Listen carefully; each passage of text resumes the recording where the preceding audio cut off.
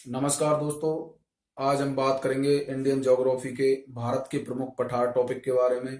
तो Indian geography का एक महत्वपूर्ण टॉपिक है। भारत में जो पठार हैं उनकी बात करते हैं। तो सबसे पहले हम आपको मैप के माध्यम से समझाएंगे कि कौन से पठार की स्थिति कहाँ पर है।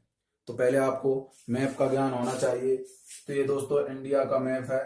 इस इंडिया के मैप की बात करें तो इंडिया के मैप में यहाँ पे अरावली पर्वतमाला का विस्तार है। यहाँ पे बात की जाए तो ये है दोस्तों मालवा का पठार। मालवा का पठार है। उसके बाद ये है बुंदेलखंड का पठार और ये है बघेलखंड का पठार। मालवा का पठार, बुंदेलखंड का पठार, तीसरा है बघेलखंड का पठार और ये है दोस्तों छोटा नागपुर का पठार है। ये जो मालवा का पठार है इसके नीचे विंध्याचल पर्वतमाला स्थित है। यहाँ पे बात की जाए तो ये है दोस्तों दंडकारण्य का पठार। दंडकारण्य का पठार ये है शिलोंग का पठार। और यहाँ पे जो तीन पठार आपस में जुड़े हुए हैं उनमें एक है दक्कन का पठार, ये है दोस्तों मैसूर का पठार, ये है दोस्तों तेलंगाना का पठार। तो आप देख सकते हैं इन पठारों की स्थिति को किस प्रकार से मैप में व्यवस्थित है।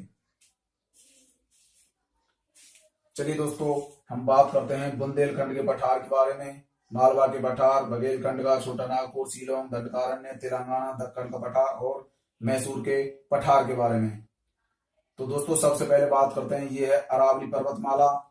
यहाँ पे बात करें तो ये है मालवा का पठार जिसका विस्तार जो है मध्य प्रदेश तथा गुजरात में है। मध्य प्रदेश और गुजरात में जो विस्तार है वो मालवा के पठार का विस्तार माना जाता है। अगली बात करते हैं बुंदेलखंड के पठार के बारे में। जो बुंदेलखंड का पठार है ये मध्य प्रदेश एमपी के साथ साथ यूपी में इसका विस्तार है। तो बुंदेलखंड के पठार का जो विस्तार है एमपी के साथ साथ यूपी में भी है। बघेलखंड के पठार का विस्तार जो है उत्तरी छत्तीसगढ़ में पाया जाता है। बघेलखंड का पठार का विस्तार जो है उत्तरी छत्तीसगढ़ में है। ये है दोस्तों छोटा नागपुर का पठार, इसका विस्तार झारखंड, पश्चिमी बंगाल तथा उड़ीसा में है। झारखंड, पश्चिमी बंगाल तथा उड़ीसा में छोटे नागपुर के पठार का विस्तार है। अब बात करते हैं दोस्तों ये है दंडकारण्य का पठार। यहाँ पे है शिलोंग का पठार। शिलोंग के पठार का विस्तार जो है मेघालय तथा असम में है। मेघालय और असम की बात की जाए तो इसमें शिलोंग के पठार का विस्तार है।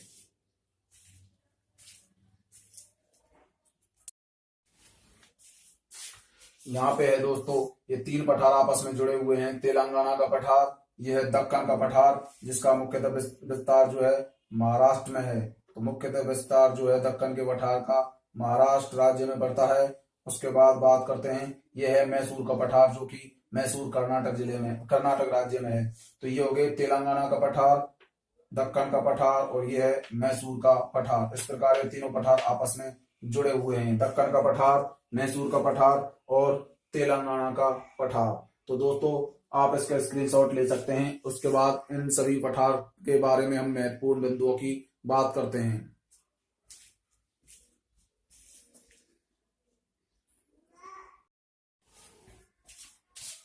चलिए अब हम बात करते हैं इन पठारों से संबंधित कुछ फैक्ट्स के बारे में।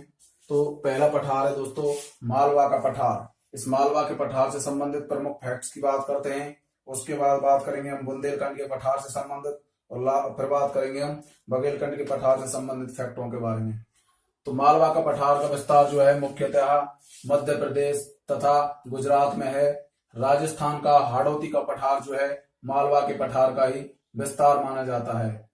मालवा का पठार जो है बेसाल्टिक लावा से बनता है। बेसाल्टिक लावा से मालवा के पठार का निर्माण होता है। मालवा का पठार एक गुंबदाकार पठार है, इसलिए इसे मध्य भारत में जल विभाजक के नाम से भी जाना जाता है। तो दोस्तों ये मालवा के पठार से संबंधित फैक्ट्स हैं। तो मालवा के पठार का विस्तार मुख्यतः मध्य प्रदेश तथा गुजरात में माना जाता है। मालवा का पठार का एक एग्जाम्पल है राजस्थान में हाड़ौती का पठार। तो राजस्थान के दक्षिण पूर्व में एक पठार पड़ता है जिसे हाड़ौती का पठार कहा जाता है, जो कि मालवा के पठार का ही विस्तार माना जाता है। मालवा के पठार का निर्माण जो है बेसाल्टिक लावा से हुआ है। जैसे कि दोस्तों मान लीजिए ये पृथ्वी है, इसके नीचे से लावा निकलता है और निकल करके इस प्रकार से जमीन पर फैल जाता है।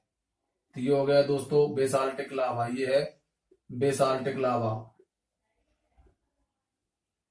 बेसाल्टिक लावा, ये ग्रेनाइट चट्टाने हैं यहाँ पे इस प्रकार आप देख सकते हैं। तो मालवा के पठार का जो निर्माण हुआ है वो बेसाल्टिक लावा से हुआ है।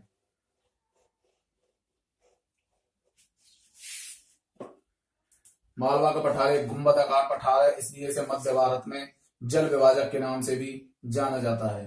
चलिए नेक्स्ट पठार की बात करते हैं। अगला पठार है बुंदेलखंड का पठार। बुंदेलखंड का पठार का जो विस्तार है मध्य प्रदेश तथा उत्तर प्रदेश में माना जाता है। तो बुंदेलखंड का पठार का विस्तार जो है मध्य प्रदेश तथा उत्तर प्रदेश में माना जाता है। बुंदेलखंड का पठार जो है उत्काद भूमि या उबड़ खाबड़ के लिए प्रसिद्ध माना जाता है। उत्काद भूमि के लिए या फिर उबड़ खाबड़ के लिए बुंदेलखंड के पठार का विस्तार माना जाता है। मतलब बुंदेलखंड का जो पठार है वो उत्खाद भूमि मतलब उबड़ खाबड़ जो होती है, जैसे कि चंबल नदी में उबड़ खाबड़ है, इसी प्रकार बुंदेलखंड के पठार का विस्तार जो है उत्काद भूमि या उबड़ खाबड़ के लिए प्रसिद्ध माना जाता है। चंबल नदी इस भाग में अवनाली का अपर्दन के लिए प्रसिद्ध मानी जाती है। अवनाली का जो अपर्दन है वो चंबल नदी में सबसे ज्यादा होता है। चंबल नदी इस भाग में ही अवनाली का अपर्दन के लिए प्रसिद्ध मानी जाती है। तो ये हो गई दोस्तों बुंदेलखंड के पठार की बात। नेक्स्ट पठार है बघेलखंड का पठार। इसका विस्तार जो है उत्तरी छत्तीसगढ़ में माना जाता है। तो दोस्तों आप इसका स्क्रीनशॉट ले सकते हैं।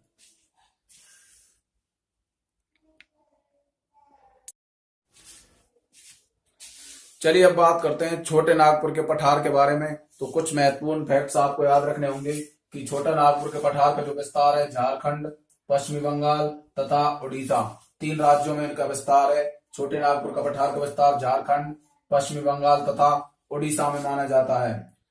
तो इसका एक महत्वपूर्ण फैक्ट आपको याद रखना होगा कि भारत का जो रुहुर प्रदेश है वो रुहुर प्रदेश छोटा नागपुर पठार को कहा जाता है। तो रुहुर जो प्रदेश है वो रुहुर प्रदेश जो कहा जाता है, रुहुर प्रदेश वो कहा जाता है दोस्तों छोटे नागपुर के पठार को कहा जाता है। तो छोटा नागपुर के पठार को भारत का रुहुर प्रदेश कहा जाता है। सीधा सीधा एग्जाम में कई बार पूछा भी गया है।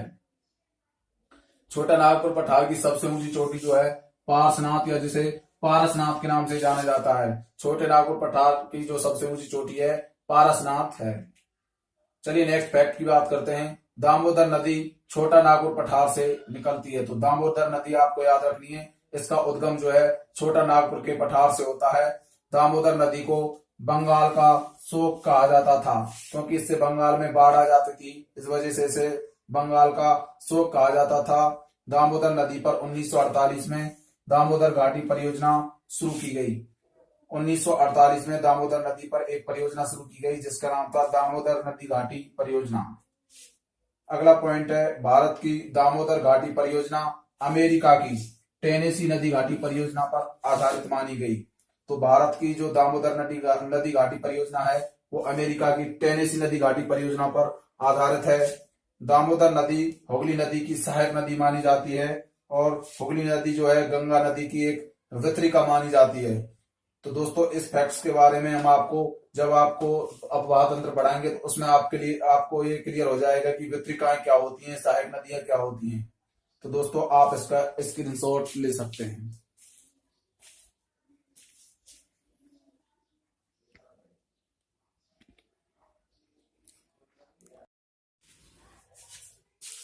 चलिए अब बात करते हैं शिलोंग के पठार के बारे में। तो शिलोंग के पठार से संबंधित जो फैक्ट्स हैं वो है दोस्तों शिलोंग का पठार जो है मेघालय तथा असम में पड़ता है। तो इसका विस्तार जो है मेघालय तथा असम में पाया जाता है।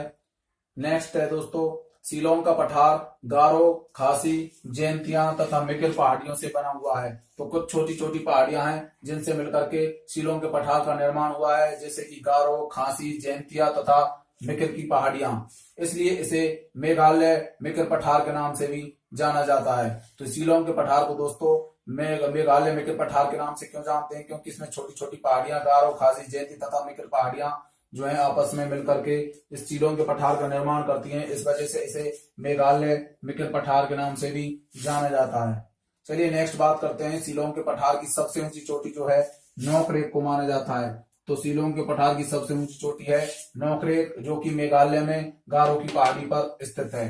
तो नोकरेक जो चोटी है शिलोंग के पठार की सबसे ऊंची चोटी मानी जाती है, जो कि मेघालय में गारो की पहाड़ियों पर पाई जाती है। नोकरेक जो है एक जैव मंडल आरक्षित क्षेत्र माना जाता है। नोकरेक एक बायोस्फीयर रिजर्व है, बायोस्फीयर रिजर्व या जैव मंडल आरक्षित क्षेत्र माना जाता है।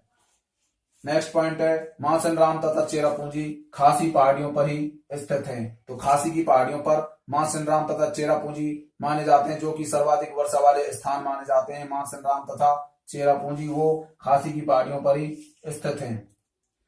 मेघालय की राजधानी शिलोंग जो है खासी की पहाड़ियों में स्थित है। मेघालय की राजधानी क्या है दोस्तों? शिलोंग है, जो कहाँ पाई जाती है? खासी की पहाड़ियों में ही स्थित है।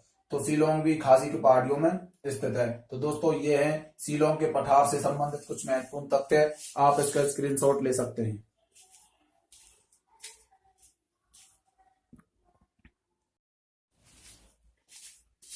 चलिए अब बात करते हैं दक्कन के पठार के बारे में। तो दक्कन के पठार का विस्तार जो है मुख्यतः महाराष्ट्र में माना जाता है। तो दक्कन का पठार भारत का सबसे बड़ा पठार माना जाता है। इंडियाज लार्जेस्ट पठार इज द दक्कन का पठार। दक्कन के पठार का विस्तार जो है मुख्यतः महाराष्ट्र में माना जाता है। तो महाराष्ट्र में इस पठार का विस्तार है। दक्कन का पठार जो है बेसाल्टिक लावा से इसका निर्माण हुआ है। लोनार झील जो है एक प्रकार की क्रेटर झील मानी जाती है। तो दोस्तों दो पॉइंट होते हैं, एक होती है कॉल्डेरा, एक होता है क्रेटर। जैसे कि मान लीजिए ये पृथ्वी है, यहाँ से लावा आता है और इस प्रकार से जो है फैल जाता है। यहाँ पे भी फैल गया लावा पृथ्वी पर। मान लीजिए जो यहाँ पर ये मुख बनता है, यदि ये छोटा होता है तो इसे क्रेटर बोला जाता है, जहां से लावा निकलता है इस मुख से। यदि ये जो है बड़ा हो जाता है तो इसे क्रेटर के बाद इसे बोला जाएगा कॉल्डेरा। छोटा हो तो इसे क्रेटर बोला जाता है, और यदि इसका मुंह बड़ा हो तो इसे कॉल्डेरा के नाम से जाना जाता है। तो ये बात हो गई दोस्तों क्रेटर और कॉल्डेरा की। लोनार झील एक क्रेटर झील मानी जाती है। लोनार झील क्या मानी जाती है? एक क्रेटर झील, अर्थात जो क्रेटर जिससे जो एक छोटा सा खड्डे का निर्माण हुआ था, वो जो है जगह जगह इसी प्रकार छोटे छोटे जो है मुख बन जाते हैं, खड्डे बन जाते हैं। तो उनमें जो पानी भर जाता है तो उससे क्या है, एक झील बन जाती है, जिसे हम क्रेटर झील बोलते हैं। लोनार झील एक प्रकार की क्रेटर झील मानी जाती है। दक्कन का पठार जो है काली मिट्टी से ही निर्मित है। दक्कन के पठार का निर्माण जो है काली मिट्टी से है। काली मिट्टी में सबसे अधिक नमी रोकने की क्षमता पाई जाती है, इसलिए यह मिट्टी कपास की खेती के लिए उपयोगी मानी जाती है। अतः इस मिट्टी को काली कपासीय मिट्टी के नाम से भी जाना जाता है। तो इसमें नमी धारण करने की क्षमता अधिक होने की वजह से ये मिट्टी जो है कपास की खेती के लिए बहुत अधिक उपयोगी मानी जाती है, और इस मिट्टी को रेगुर मिट्टी के नाम से भी जाना जाता है। तो ये बात होगी दोस्तों दक्कन के पठार के बारे में। तो आप इसका स्क्रीनशॉट ले सकते हैं। दोस्तों ये वीडियो आपको कैसा लगा? वीडियो को लाइक करें, चैनल को सब्सक्राइब कर लें और ज्यादा से ज्यादा इसे शेयर करें, और हाँ कमेंट करना ना भूलें। धन्यवाद दोस्तों।